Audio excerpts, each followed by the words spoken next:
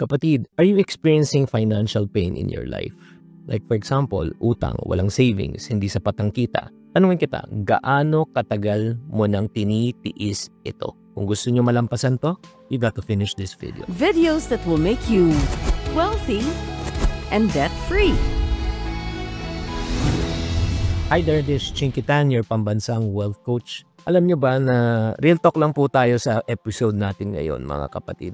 Marami po talaga ang may nagdurusa sa tinatawag nating financial pain pero tinitiis lang ito. Ano bang mga ito? Ano ba yung financial pain, Chinky? Ano bang anyo na ito? Sino ba dapat ang responsible dito? Kung ready na kayo, iiwan ang sakit ng kahulugan ng financial pain. Ito na yung bagong chapter na hinihintay mo. First, gumawa ng papel, ballpen, lista mo to, mga kapatid. First, what is financial pain? Ito po ay emotional, mental. Emotional yung nararamdaman mo, mental yung iniisip mo, at pangatlo, yung physical stress na dinudulot ng dahil sa money problems. And admit it or not, lahat po tayo ay meron tayong daily money problems. Bakit? Daily may gastos, daily may obligasyon, daily may responsibility, daily merong dapat paggastosan. And paano malaman na talagang ikaw ay sa financial pain? Ito yung feeling na kahit ano mong gawin, parang hindi ka makawala sa kahirapan. Ito ay nagdudulot ng stress, anxiety, depression, at yun nga, pati kalusugan mo apektado. Pero ito lang po, at tatandaan lang po, ang pera po ang nagiging dahilan lang kung bakit tayo nagkakaroon ng financial pain. Diba? It affects our daily way of living. Kaya nga kung titignan po natin, ang financial pain marami pong pinanggagalingan yan. Like for example, kulang ang kita. Diba? Sa pang-araw-araw na gastusin, paycheck to paycheck. Number 2, utang. Mataas na interest. Every month, ang binabayaran mo lang utang. Number 3, yung mga emergency, bigla na lang may nagkakasakit, bigla na lang na may nasirang bagay, bigla na lang yung mga biglaan. Number 4, wala kang insurance, wala kang investment, wala kang retirement fund, wala kang taong maaasahan. Or number 5, yung gusto mong magnegosyo o mag-aral pero wala ka namang pera para simulan ito. Ito yung mga tinatawag na financial pain na dinadaanan. Sino sa inyo ang nakaka-relate sa mga ito? Type relate sa comment section. Now, since na-identify na natin na may pinagdadaanan po talaga tayo and that is good, acknowledging that you are in financial pain is a good start already. So, the question that you and I need to answer right now is, bakit? Why are we in financial pain? Bakit tayo dumadaranas nito? Number 1 reason, probably poor money habits. Hindi natin alam or probably yung habit natin sa paggagastos. Habit natin na binibili natin mga bagay na hindi natin kailangan. Habit po natin na ika nga gumastos bago mag-ipon. Habit po natin ang mangutang. Habit po yan. Number 2, kakulangan ng kaalaman tungkol sa pera. Wala namang eskwela nagturo po sa atin kung paano i-manage, palaguin, magnegosyo, or parang mag-invest ng ating pera. Number 3, again, yung mga emergencies. Tulad ng sakit, pagkawala ng trabaho, sakuna, again, hindi natin plinano to, nangyayari na lang to. Or number 4, living beyond your means. Gastos ka ng gastos. No offense meant kasi gusto mo makipagsabayan sa mga taong na hindi mo namang ka-level. Again, real talk lang po to. And number 5, hindi tayo nagsaset ng financial goals. The lack of planning. Diba may kasabihan, if you fail to plan, we plan to fail. So, again, ito yung mga dahilan. And I'm sure, sometimes in our lives that we are guilty to one of these. Do you agree? Type agree sa comment section kung nag-agree ka naman. Now, since alam na po natin kung bakit po tayo nandito sa sitwasyon na ito, siguro magastos ka, habit mo mangutang, di ba? O wala kang emergency fund, nakaset. So, the next question that we need to answer is this. Sino ang responsable for the financial pain? Ito yung tanong na siguro napakahirap sagutin pero napakahalaga. Sino ba ang responsable? And there are 2 type of factors, no? What we call as external factors. External factors are things that you cannot control. Again, yung pagkawala ng trabaho, di ba? Hindi mo naman plinano, hindi mo control yan. Pagtaas ang bilihin, hindi mo control yan. Emergency, may nagkaroon ng sakit, hindi mo control yan. Tama o mali? External factors yun. Pero meron tayong tinatawag na internal factors also. Ito naman yung mga bagay that you and I can control. Okay? Like for example, pagtaas ng bilihin, hindi mo control. Agree? Pero yung self-accountability mo sa paggastos, control mo o hindi? Control natin yun. Yung paghanap ng additional income aside from your current income para madagdagan ng inyong income, control mo o hindi? Control mo yun. Tama o mali? Like for example, yung pagkawala ng trabaho, di ba? Control mo? Hindi. Pero anong control mo? Mag-save ka ng emergency fund just in case na mawala ng trabaho, meron kang pondo na itatawid ka na hindi mo kailangan mangutang at pa-stress. Nagigets nyo?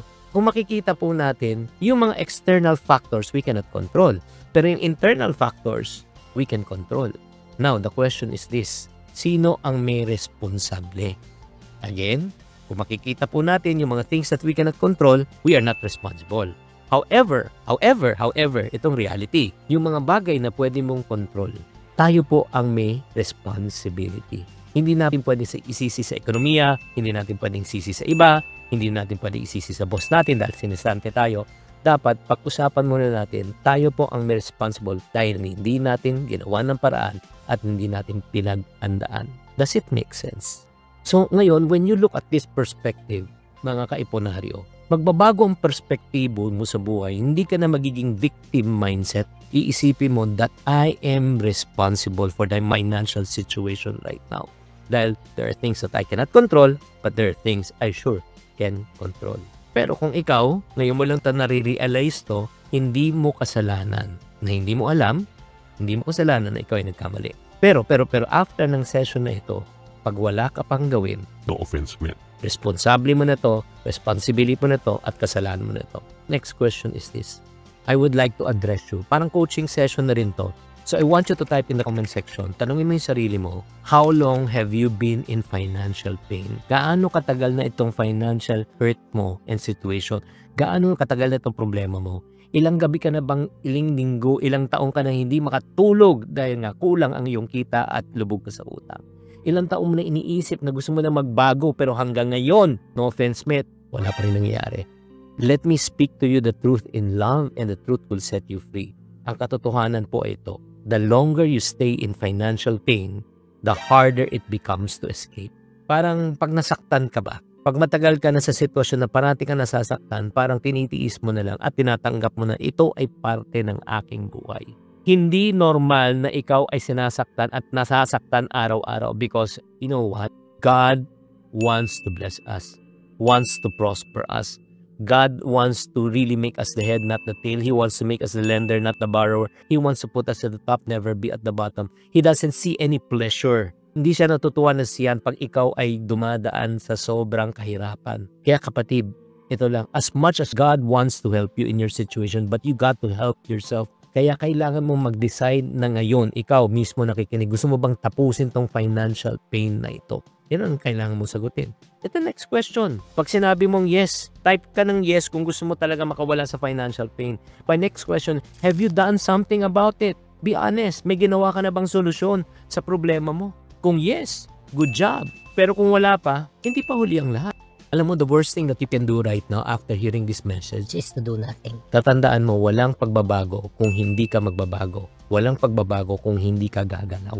So to close this session, gusto mo ba talagang matanggal na financial pain mo once and for all? Type yes sa comment section as I'm speaking to you right now. O number 1, simplihan na po natin to. I'll give you 5 steps or 4.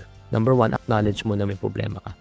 Huwag mo takbuhan problema, harapin mo to. Number 2, since financial pain na pinag-uusapan natin, hindi mental, hindi emotional, hindi relational, okay, gusto kong kumuha ka ng papel, magkano kinikita at magkano ginagastos mo. Pagsulat ka, alamin natin yung budget mo. Number 3, simulan muna natin sa maliit na para malunas ang financial pain mo. Halimbawa, wala ka pang emergency fund. Mag-umpisa tayo kahit na 500 pesos a month para sa emergency fund mo. Set ka lang ng financial goals, small to big. Ang 4, mag-aral ka tungkol sa pera, sa investment, sa negosyo, sa savings. Kasi pag natuto ka, magbabago pananaw mo. Number 5, humingi ka ng tulong sa mga taong marurunong. Sumali ka sa mga communities tulad ng community po namin, yung TYL community, kung saan tinuturuan namin ng mga tao na proven strategies paano matanggal ang financial pain, paano magtagumpay sa pera. Kaya nga, nandito po kami. Again, this channel is for free. But if you want really mentoring, coaching, group coaching sessions, check TYL. Ang dami na pong mga TYL member ang nabagong pong buhay.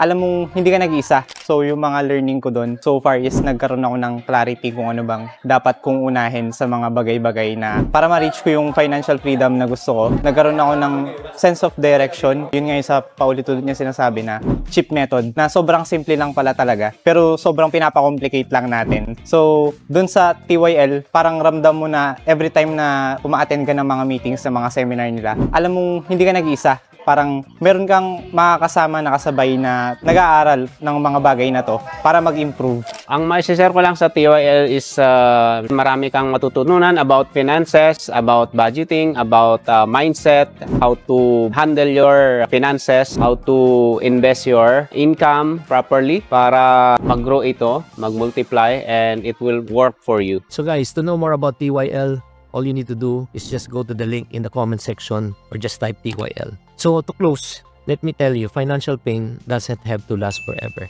Yan ang good news. Hindi mo kailangan magtiis ng panghabang buhay, kapatid. Kailangan mo na tanggapin na ikaw ang magbabago ng iyong financial situation. Kapag nag-decide ka na tatapusin tong cycle ng financial pain, maniwala ka. Magsisimula ng journey mo from financial pain to financial freedom. At yan ang gusto ko para sa iyo. Maraming salamat po. Sana nakatulong tong episode na ito. Alam ko medyo mahaba ng konti. Alam kong tago sa puso. Alam ko na yun ang goal natin. Kung bakit araw-araw ka tumututok sa channel na ito.